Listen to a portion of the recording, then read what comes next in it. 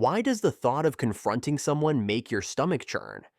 Whether it's addressing a coworker who dropped the ball, a friend who crossed a boundary, or a loved one whose behavior has been weighing on you, tough conversations feel like walking a tightrope over a pit of anxiety.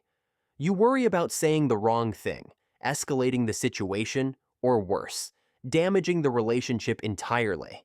So, you avoid it, hoping the problem will somehow resolve itself. But it doesn't. The resentment builds, the relationship grows strained, and you're left carrying the weight of the unspoken. Here's the truth. Avoiding conflict doesn't protect relationships, it erodes them. The good news is, you can learn to approach these conversations with clarity and confidence, no matter how daunting they seem. I know this struggle well. For years, I avoided conflict like the plague. I prided myself on being easygoing, the kind of person who didn't rock the boat. But deep down, I was anything but calm. Every time I dodged a tough conversation, the unresolved tension gnawed at me. I'd replay scenarios in my head, crafting perfect comebacks I'd never say aloud. Whether it was a boss unfairly piling on work or a friend making dismissive comments, I stayed silent, convincing myself it wasn't worth the drama. The breaking point came during a group project at work. One team member consistently missed deadlines, and instead of addressing it, I quietly picked up the slack. My frustration simmered until one day I snapped, lashing out in a meeting and turning what could have been a productive conversation into a messy confrontation. The fallout left me feeling humiliated and more convinced than ever that conflict was dangerous. But as I reflected, I realized the problem wasn't conflict itself. It was the way I approached it. My avoidance had turned a solvable issue into a full-blown crisis. That's when I knew I needed a new approach. After months of research, trial, and error, I discovered a process that transformed the way I handle tough conversations. I call it the bridge method.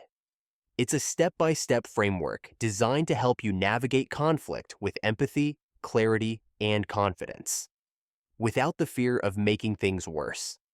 The goal isn't to win the argument or avoid discomfort entirely.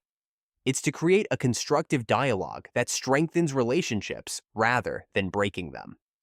The method is built on 3 pillars: preparation, connection, and resolution. Each one addresses a specific obstacle that makes conflict feel overwhelming. The first pillar is preparation. Most people walk into tough conversations unprepared, fueled by raw emotion or vague complaints. That's a recipe for defensiveness and miscommunication. Instead, take a step back and clarify 3 things. What's the core issue?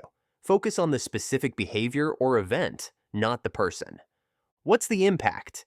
How is this issue affecting you or the situation? What's your desired outcome? What change do you want to see? For example, instead of saying, "You're so unreliable," try, "When you miss deadlines, it delays the project and puts extra pressure on the team. I'd like us to agree on a plan to stay on track." The second pillar is connection. Tough conversations can feel like a battle, but they don't have to. The key is approaching the other person with empathy and curiosity, not accusations. Start by affirming your intention. I value our working relationship, and I want to make sure we're on the same page. Then listen actively. Truly hear their perspective without interrupting or planning your next point. Acknowledging their feelings doesn't mean you're agreeing. It means you're creating a safe space for dialogue. The third pillar is resolution. This is where you collaboratively work toward a solution. Instead of dictating terms, invite their input. How do you think we can prevent this from happening again? This approach fosters mutual ownership of the outcome. Be specific about next steps and confirm your understanding before wrapping up. So, moving forward, we'll check in every Friday to ensure we're aligned. Does that work for you? Let me share a quick story of how this played out in my own life. A close friend of mine had developed a habit of canceling plans at the last minute.